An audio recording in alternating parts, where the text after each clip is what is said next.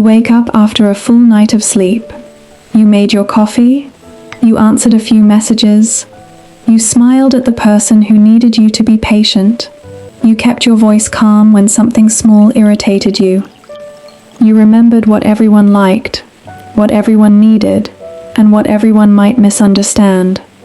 And then, sometime in the afternoon, you sit down and realize something strange. You are tired. Not sleepy exactly. Not sore. Not the kind of tired that comes from exercise, or a long walk, or carrying heavy bags. Just quietly drained, as if some invisible part of you has been working all day. I want to reassure you. In many cases, this is not laziness. It is not a weak personality, and it is not always a sign that you need to push harder. Sometimes the body is tired because the body has worked. But sometimes the mind is tired because it has been managing the room. In Japan, there is a word that helps name this feeling. Where I grew up, people would sometimes say, "Ki ga tsukareta," or more simply, Kizukare. Stay with me, because near the end I want to share the part of this word that surprised me most. It changed the way I think about rest. The word is written Kizukare. Ki is one of those Japanese words that does not fit neatly into English. It can mean spirit, mood, energy, attention, or the atmosphere around a person. Tsukare means tiredness or fatigue. So Kizukare can be understood as a kind of tiredness of the spirit, or mental tiredness, or emotional tiredness. But the deeper meaning is very specific. It is the tiredness that comes from paying attention to other people for too long, reading the air, adjusting your tone, choosing the softer word, holding back the honest reaction, noticing when someone is uncomfortable before they say it. This kind of work is quiet. No one sees it on your calendar, but your nervous system still counts it. This is why Kizukare feels different from ordinary fatigue. If you walk for 2 hours, you understand why your legs are tired. If you carry boxes, you understand why your arms are tired. But if you spend a whole day being pleasant, careful, agreeable, and emotionally available, the tiredness can feel confusing. You may ask yourself, why am I so exhausted? You did not do anything obvious, but you did do something. You performed a quieter kind of labor. In 1979, sociologist Arlie Hochschild wrote about something she called emotion work. She was interested in the way people try to change, suppress, or display feelings to match what a situation expects from them.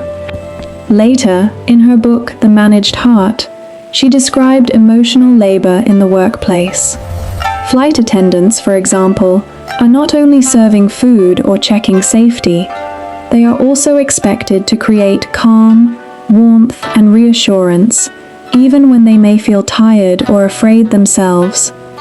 That idea is not exactly the same as Kizukare, but it gives us a useful bridge. Many of us now do a version of this all day. At work, in families, in text messages, in group chats. We manage what we show. We manage what we hide. We manage the emotional temperature around us. And then we wonder why quiet feels so necessary. Here is what I find fascinating. Psychologist Alicia Grandi later described emotional labor as a form of emotion regulation. In simple terms, that means it takes effort to keep changing what you express, especially when your inner feeling does not match the role you have to play. If you have ever smiled through a meeting while feeling overwhelmed, you already understand this. If you have ever comforted someone while silently needing comfort yourself, you understand this. Think about that for a moment. The face may look calm. This is also why Kizukare is so easy to miss. It often happens to people who seem very capable. They are sensitive enough to notice the room, responsible enough to adjust themselves. And because they are good at it, people ask more from them. They become the peaceful person, the understanding person, the one who can handle it. But being easy for everyone else can make you hard to hear inside yourself. That is the hidden cost. In research on burnout, Christina Maslach and Michael Leiter describe emotional exhaustion as one of the central parts of the burnout experience.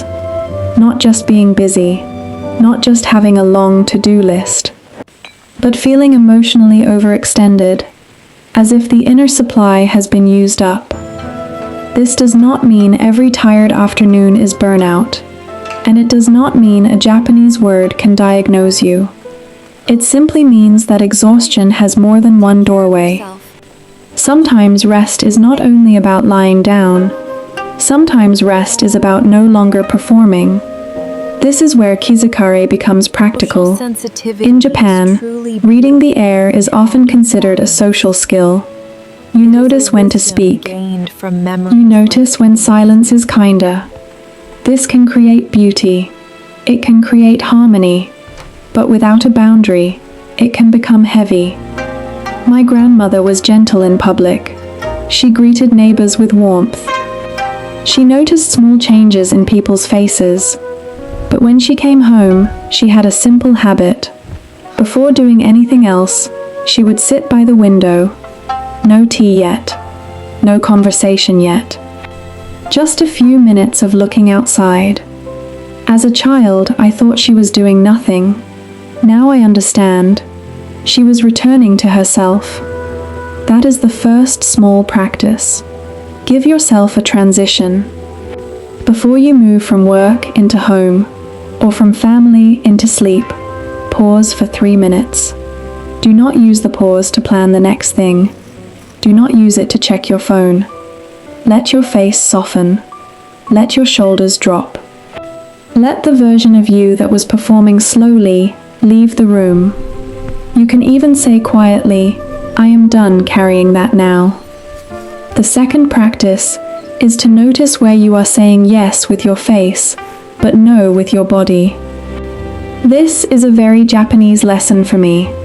Not because Japanese people are perfect at it, but because the tension between harmony and honesty is very real. Your mouth may say, it's fine. Your chest may tighten. Your smile may appear. Your stomach may already know the truth. Tonight, ask yourself one gentle question. Where did I pretend to be easier than I felt? Do not judge the answer. Just notice it. The third practice is to make one small place where you do not have to manage anyone.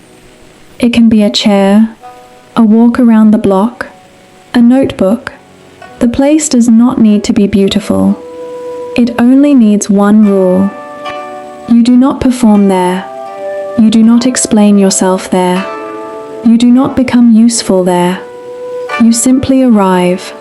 This matters because many people try to recover from emotional tiredness by adding another performance. The perfect routine, the perfect meditation, the perfect evening reset. But Kizukare is not asking for a more impressive life. It is asking for one honest pocket of space. Now, here is the part that surprised me most. For a long time, I thought the opposite of Kizukare was being alone. If people make you tired, then surely the answer is to avoid people. But I do not think that is quite right. The opposite of Kizukare is not isolation. It is relief. The relief of being with someone who does not require a performance. The relief of entering a room where your face can be ordinary. The relief of saying, I am tired, without immediately making it sound polite. I don't have the energy to pretend. This is why some people drain you, and some people rest you. It is not only about introversion or extroversion. It is about how much of yourself you have to hold in place. So if you feel tired today, try not to ask only, did I sleep enough? That is an important question, but ask one more. How much of myself did I have to manage today? Maybe you were not doing nothing. Maybe you were reading every room. Maybe you were keeping peace. And maybe the tiredness makes sense.